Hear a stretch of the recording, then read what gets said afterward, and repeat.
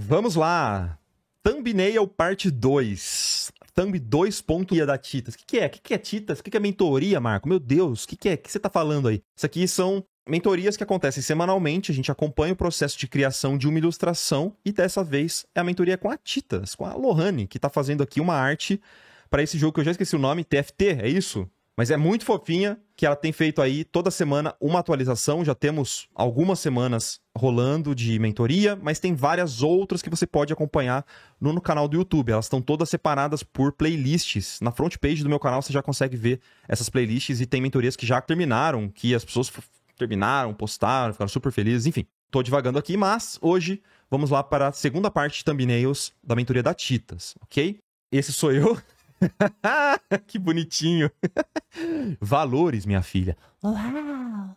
Olá, Marco, chat YouTube. Oiê, tudo bom? Fiquei tão feliz que ganhei uma semaninha a mais para trabalhar essa thumb. Sinto que consigo enxergar mais quantidade de valores depois da orientação na semana passada. Explodiu a minha cabeça. Cara, que curioso você comentar isso, Titas, porque eu não senti que eu falei tantas coisas sobre valores, sinceramente. Mas um passarinho gótico suave me mandou uma mensagem até te elogiando. Olha que maravilha. E esse passarinho está muito orgulhoso da sua evolução e do seu entendimento novo sobre valores. Então, um abraço pro nosso passarinho gótico suave. Só para terminar a mensagem aqui, num geral, apliquei os retornos no BG, Effects, e também tentei definir mais os volumes da personagem. Segue a produção da semana. Olá, Titas! Oba! Mensagenzinha que você deixou aqui. Vamos ver juntos as thumbs que você produziu? Quer dizer, a thumb que você produziu? Pode ser? Você tá vendo minha tela aí? Tô vendo sua tela. Dá pra ver o chat, que legal. Dá pra ver o chat, é assim que eu vejo vocês, ó. Mas enfim, e aí? Conte-me mais sobre a semaninha. Você abriu o terceiro olho aí no meio da testa? Não, então, realmente você não falou muito, tipo, muito tempo dos valores, mas quando você desenha, quando você escureceu um pouquinho, sabe, ali entre os olhos da personagem, parece que o meu olho fez uau, valores. Dá pra usar valores assim? Meu Deus. É, sim. Aí foi por isso que eu falei, nossa, eu vou até fazer uma gracinha aqui pra ele. Ó, que legal, tem um antes e depois aqui, ó. Antes, Sim. depois. Antes, depois. Antes, depois. Ah, nossa, ficou bem mais tridimensional, hein? É, deu um grauzinho. Uma coisa que eu gostei muito que você fez foi até ter clareado por trás do cabelo dela. Eu mesmo teria essa tendência de escurecer, mas como o cabelo dela é colorido, ele não vai ser tão escuro. A gente precisa de cores, né, pra não acinzentar tanto assim essa parte do Uhum. cabelo.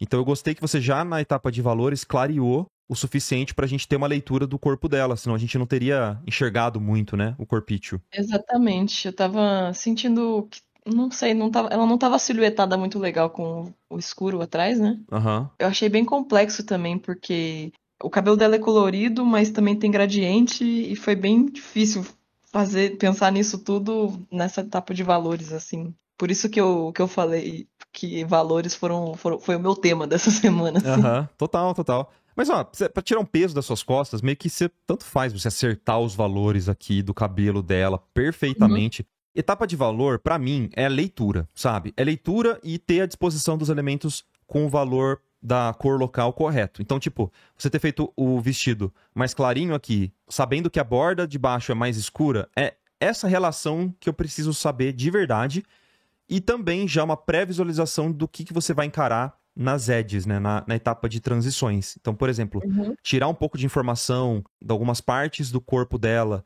para você agrupar uns valores, isso é o que eu gostaria de ver nessa etapa. Mas eu acho que você já fez muito bem, assim, sabe?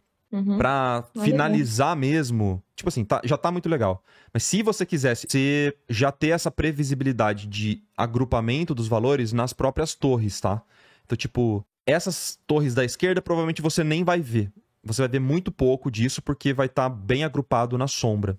Mas tudo bem você apresentar. Eu falei pra você que tudo bem apresentar só o 3D, um print do 3D, tudo certo. É que eu lembro até que o print do. Será que eu tô viajando? O print do 3D anterior tinha um pouco de. Tô viajando. É que por algum motivo eu lembrei que tinha, mas eu acho que tava confundindo com essa torre aqui. Mas tá tudo certo, não tem problema não. Era mais tipo, Suave. num possível futuro aí, numa imagem, já é legal você pegar, até com um pouco mais de experiência, pega e faz um paintover bem tosco por cima do 3D, pra você ter já disponível na próxima etapa, saber exatamente o que vai ser, o que vai aparecer e o que vai ficar escondido, tá? Uhum. Além disso, lembrei que nas primeiras semanas você comentou que poderia melhorar a apresentação do sketch do concept. Ah, sim, do fundo, né? Que tava só na linha, né? Isso, aham.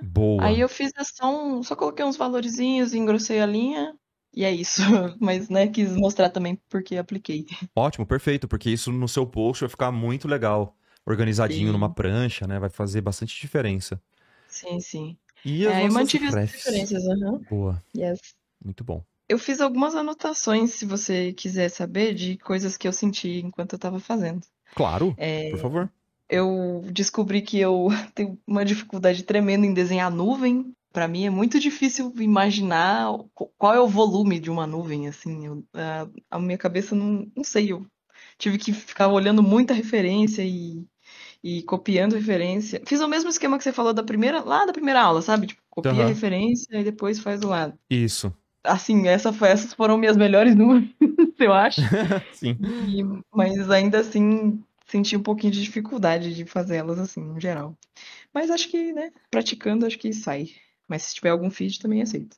Sim, vamos levar pro Photoshop e aí a gente conversa um pouco Tá, então sobre nuvens e vou te tal. falar tudo Claro, que eu tive pode, dificuldade, daí manda você bala. passa tudo. Aí outra coisa que eu também não sabia fazer direito era a sombra projetada do palco no chão. Eu não sei se ela faria essa sombra, sabe? Não sei como ficaria. Buguei. Aham. Não sabia onde colocar a sombra, achei bem difícil, assim, de projetar quando o objeto não tá encostando na coisa. Achei bem difícil de fazer. Eu coloquei ali uma indicação porque, com base apenas no que você tinha pincelado mais ou menos na semana passada. Eu falei, ele colocou mais ou menos aqui, vou colocar mais ou menos aqui também. Aham. E a terceira coisa que eu acho que tem mais a ver com os valores que eu falei é que eu percebi que eu sou muito tímida para colocar preto nas coisas. O meu problema com o Caustics lá das geminhas, cristais e até das próprias coisas feitas de ouro e tudo mais, é porque parece que eu tenho vergonha de colocar preto para dar contraste, sabe? Então, nossa, foi muito difícil passar por isso, por essa experiência. Aham. E é isso, daí também senti que tive que tomar umas decisões mais difíceis, assim, tipo, escurecer todo o lado do corpo dela da esquerda para que o da direita ficasse mais na luz. Essas decisões de iluminação maiores, assim, achei bem. Uau, muito difícil de fazer, meu Deus, que doideira. Que mais? Enfim, é isso. Só? São esses pontos, assim, que eu anotei que eu senti que eles foram mais incidentes, assim. Aí outras coisas menores, assim, não achei que era tão grande, assim, pra trazer. Mas, Tá. enfim, é Não, isso. beleza. Vamos uma por uma, que é mais fácil. Vamos, vamos, vamos. Porque eu já esqueci todas. Então vamos na última, que é a única que eu lembro. Que é sobre a questão das decisões major e de luz e decisões difíceis e tal. E, cara, é pra Uhum, isso que serve. Acho que é pra isso que serve mesmo a mentoria. Sabe aquela brincadeira? Não faço isso em casa, mas você testar a confiança que uma pessoa se solta e a outra segura, sabe? Pra você testar a uhum, confiança da pessoa. Pra você se sentir que tem alguém que te apoia, sabe? Eu acho que a mentoria é muito essa brincadeira, sabe? De, tipo, você conseguir chegar e extrapolar um limite pra certas coisas, pra que se acontecer algum problema, eu tô aqui pra segurar vocês, entendeu? Essa é a brincadeira. uhum.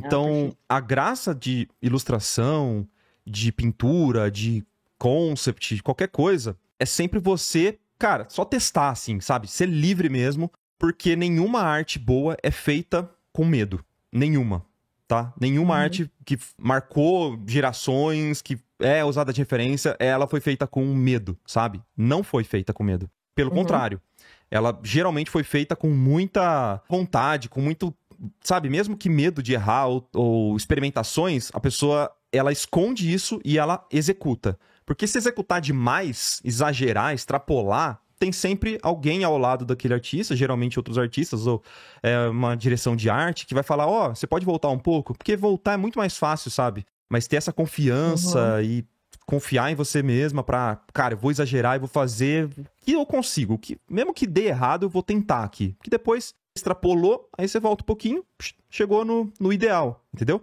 Agora, uhum, na timidez, você nunca vai saber que você poderia ter extrapolado. Você nunca vai saber até onde seria o ideal, porque você não vai criar parâmetro pra nada. Então por isso que eu falo, uhum, se for pra errar, erra pra mais, sempre. Erra extrapolando, porque aí você pelo menos vai ter algum parâmetro pra voltar. Então, É pra isso que essas... Não chega nem a ser uma confusão. É tipo, você tá quebrando a cabeça mesmo pra resolver um problema. Uhum. Porque mostra que você tá muito empenhada em raciocinar o seu processo e a entender o porquê das coisas. De novo, é só assim que você vai melhorar. Não tem outro jeito, sabe? Tipo, se tiver confortável, é porque você já não tá aprendendo. Tem meio que Ai, esse... que legal que você falou isso, ainda bem. É real. Pergunta pra qualquer pessoa que tá há muito tempo nessa área, tipo, cara, quando tá confortável é porque você só tá executando de uma forma mecânica. E aí não tem aprendizado em forma mecânica, sabe? Você tem que estar raciocinando, você tem que estar instigada, pensando e quebrando a cabeça pra você gerar uma solução a partir daquele problema, tá? E até sobre aprendizado, uma coisa que a gente fala na aula lá sobre isso, como estudar, né? Tem um pouco disso, de tipo, você precisa de dúvida pra aprender alguma coisa. Se você não tem dúvida, então meio que você... Como é que você vai responder algo que não tem pergunta, né? A gente conversou disso até na live com a Sula recentemente. Mas enfim, você falou da sombra projetada também. As nuvens e a sombra projetada foram as duas únicas coisas bem específicas, assim, que eu fiquei meio... não sei se tá certo. Sim. Aí por isso que trouxe elas só, mas é só isso. Sombra projetada, vou contar um segredo, hein? Contar um segredo. Cara, dificilmente alguém que tá trabalhando no dia a dia ali de pintura e fazendo coisas complexas, dificilmente vai ter um cálculo muito certeiro. Geralmente é super aproximado. Então, se parece certo, tá certo. Você entende? Muito difícil. Muito, muito, muito difícil. Nesse caso aqui, é bem isso mesmo. Já tá dando pra entender que ela tá flutuando. E se tá funcionando, tá certo. Ai, graças a Deus. Tipo, sério, ninguém vai parar pra fazer um cálculo. E se parar, tá pessoa chata, né, velho? Pelo amor de Deus, vai parar. Ai, mas olha essa arte aqui, a pessoa não calculou certo, meu. Vou denunciar ela pro sindicato da perspectiva. Não tem, Vou perder sabe? a minha carteirinha de artista, meu Não Deus. existe isso, velho. Toda sombra projetada é meio uma aproximação. Sério. Até a sombra de forma é, por que a sombra projetada não seria? Mas é importante que ela só esteja coerente na lógica de perspectiva.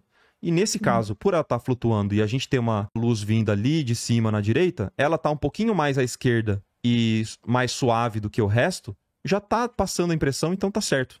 Fechou?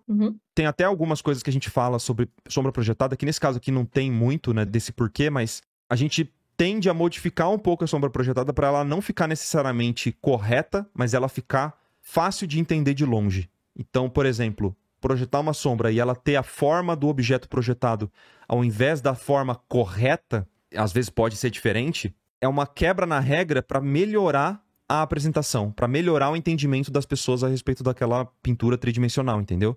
Tem muito disso em pinturas complexas, tá? Sempre aproximação, então não precisa ficar tão estressada com isso.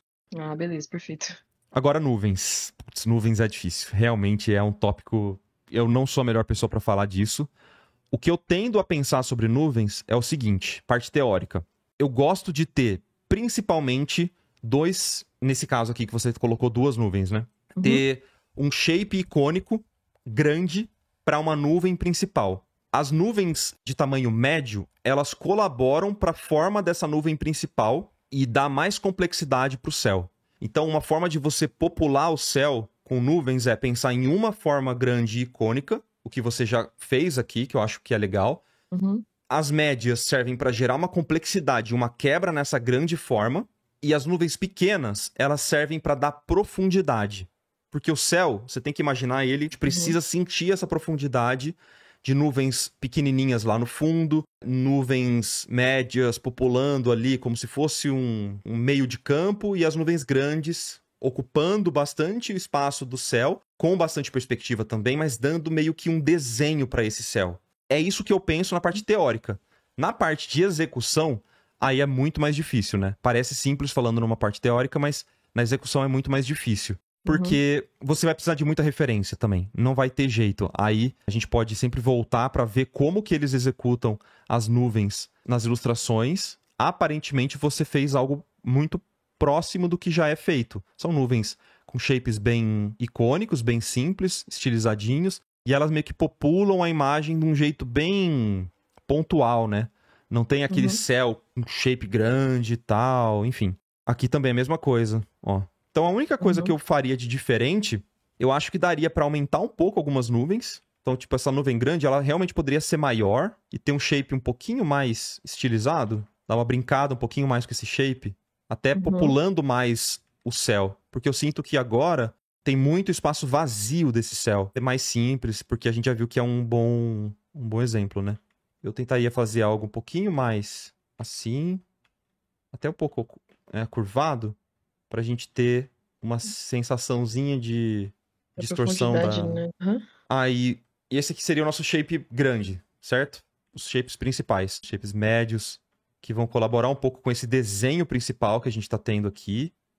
Por exemplo, pode ter um médio aqui também. Colabora com essa ideia de curvatura. Cara, eu sou muito ruim. Geralmente, quando tem essas coisas de nuvem e tal, é o Eric que faz, porque o Eric é o mago dos efeitos visuais de nuvem, dos elementos naturais, assim. O Eric é o cara que faz essas paradas. Eu vou mandar uma mensagem. Isso, ele é muito assim, sabe?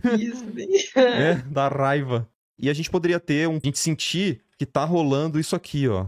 Uhum. Sabe quando a gente pensa chão? É a mesma coisa pro céu. A gente precisa sentir esse grid do céu rolando, né? Os espaços negativos são muito importantes nas nuvens também, então você pensar um pouco nos espaços negativos é uma coisa que ajuda. Então lembra que eu falei que o céu tá levemente vazio? É porque eu tô pensando no espaço negativo do céu. Então eu tô sempre pensando no que tá em volta, e não só o que tá preenchido. Tudo isso aqui, ó, no que tá em volta dessa nuvem, pra mim é bonitinha, também tá simples, não tá extremamente exagerado. E aí, o que eu tava falando dos valores, só pra gente aproveitar, você comentou também de valores, né? Escurecer o céu nessa questão dos valores pode ajudar bastante a você ter uma leitura melhor também dos espaços negativos das nuvens e elas saltarem um pouquinho mais. Então, o céu, geralmente, como ele é um azul indo para um violeta, faz sentido você escurecer tranquilo, você deixar mais clarinho. Mas aqui você pode tranquilamente dar uma escurecidinha. Ah, beleza. Pra ressaltar o claro das nuvens aqui. Eu sinto que foi isso aí que eu enxerguei, não é valores necessariamente, mas pra enxergar mais o claro, você tem que escurecer mais. Eu acho que esse clicou assim pra mim essa semana, né? Claro que é mais complexo do que isso que eu acabei de falar, mas faz clicou todo desse jeito sentido. pra mim. Faz todo sentido, porque pra uma área parecer mais escura, você pode clarear em volta.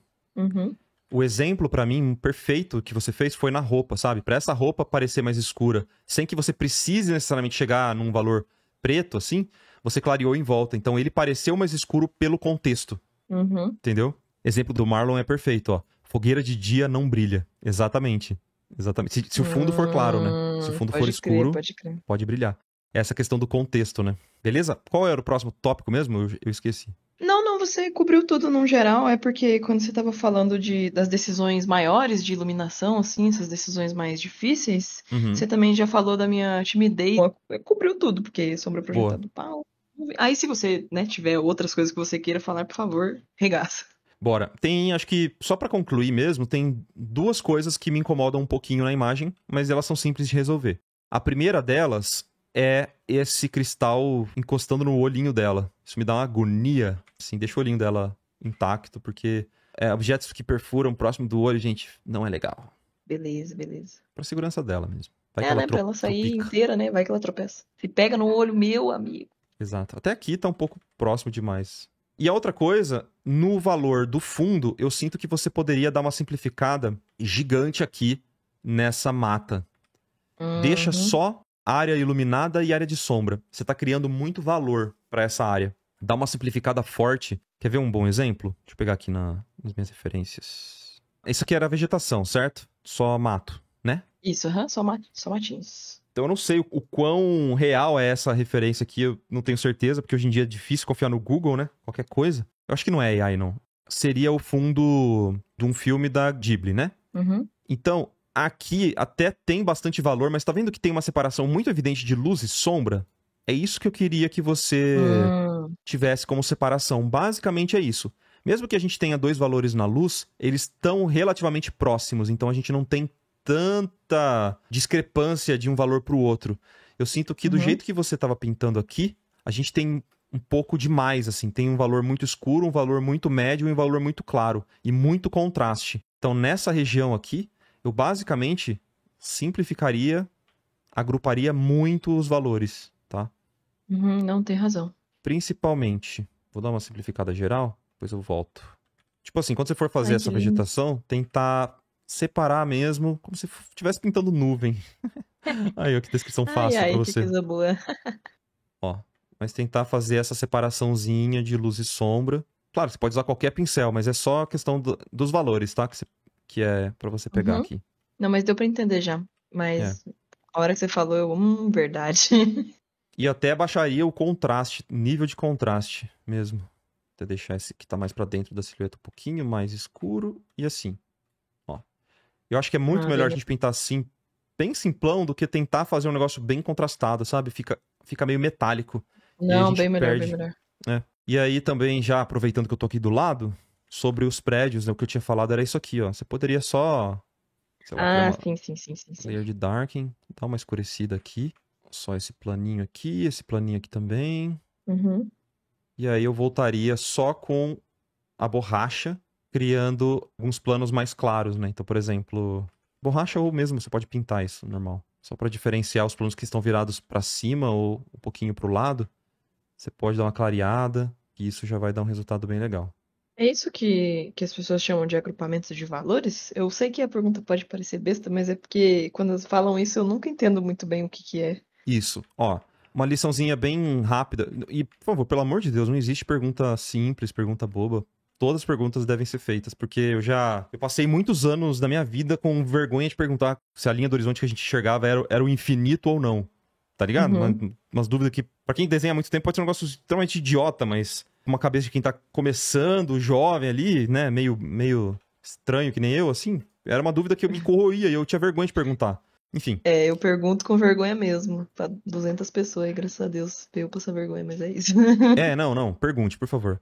Sobre agrupamento de valor, basicamente, como uma regrinha que você pode ter na hora de pintar, é o seguinte: a gente geralmente escolhe qual é a área que a gente vai trazer mais detalhes. Na maior parte das imagens, a gente vai trazer as informações e contrastes na área de luz, tá? Por quê? Uhum. É como se você estivesse imaginando a exposição de uma câmera. Sabe câmera manual que você precisa controlar a exposição e escolher aonde que você quer a informação? Geralmente essas informações a gente escolhe na área de luz, porque sombras, elas geralmente não contêm os elementos principais, sabe? O que eu quero dizer com isso? Que num dia como esse aqui, ó, a maior parte de contraste que a gente vai ter e de informação real, detalhe, vai estar mais evidente na área de luz. Por isso que a gente vai ter área de luz, highlight, na transição do meio tom para a sombra, mas a sombra em si, ela vai estar toda agrupada. É um blocão de valor, né? Uhum.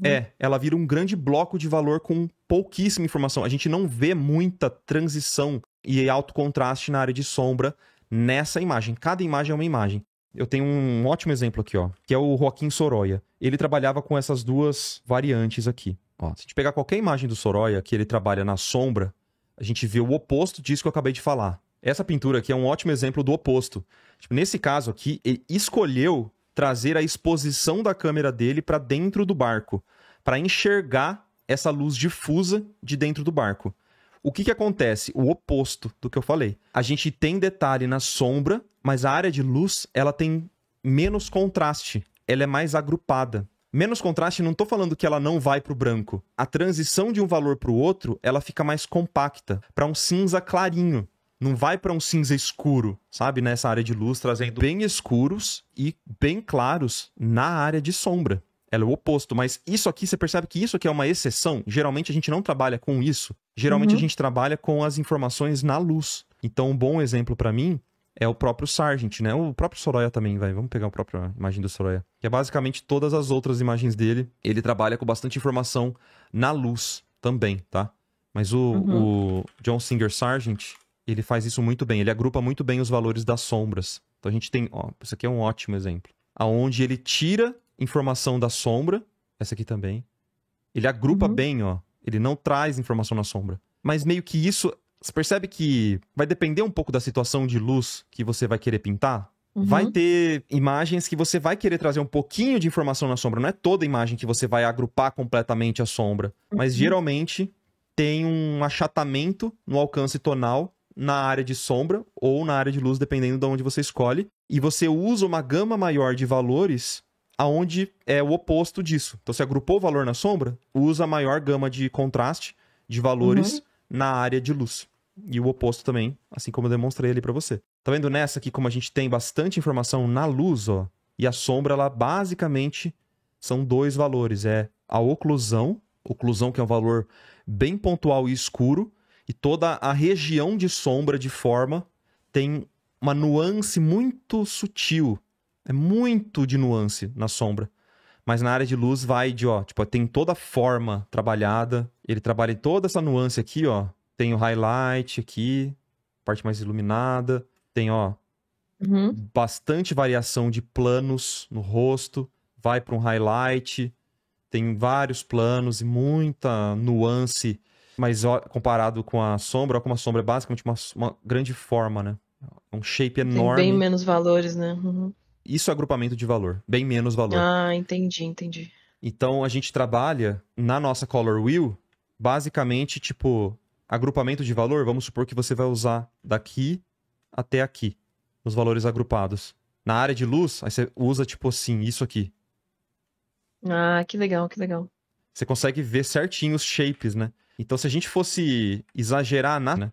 Tipo, nessa área aqui, a gente poderia achatar um pouquinho mais. Não precisa, tá? Só tô dando um exemplo que pode ser feito. Sim. A gente achata os valores de sombra, dependendo da pintura, isso funciona super bem. Então, é como se você tivesse dois valores, né? Um valor para oclusão, ou pelo menos cria uma nuance, né? Tipo, oclusão e o resto da sombra. Então, oclusão e o resto da sombra. Meio que num valor só. Você pode fazer isso se você quiser. Você tira a informação, porque aí meio que... Você pode até criar uma sombra projetada aqui se quiser, né?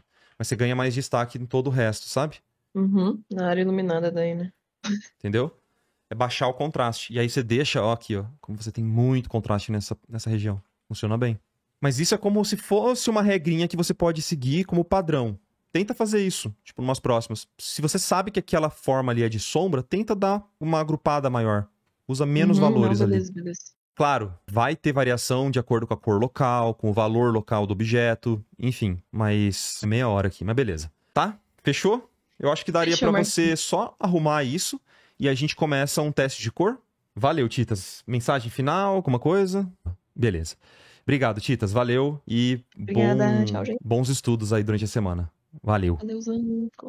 Show demais. Legal, né, cara? Pô, evolução muito massa aí ao longo da semana da Titas. Tô ansioso pra ver as próximas etapas de teste de cor. Mas beleza, então. Vamos lá, vamos que vamos. Valeu, Titas. É nóis.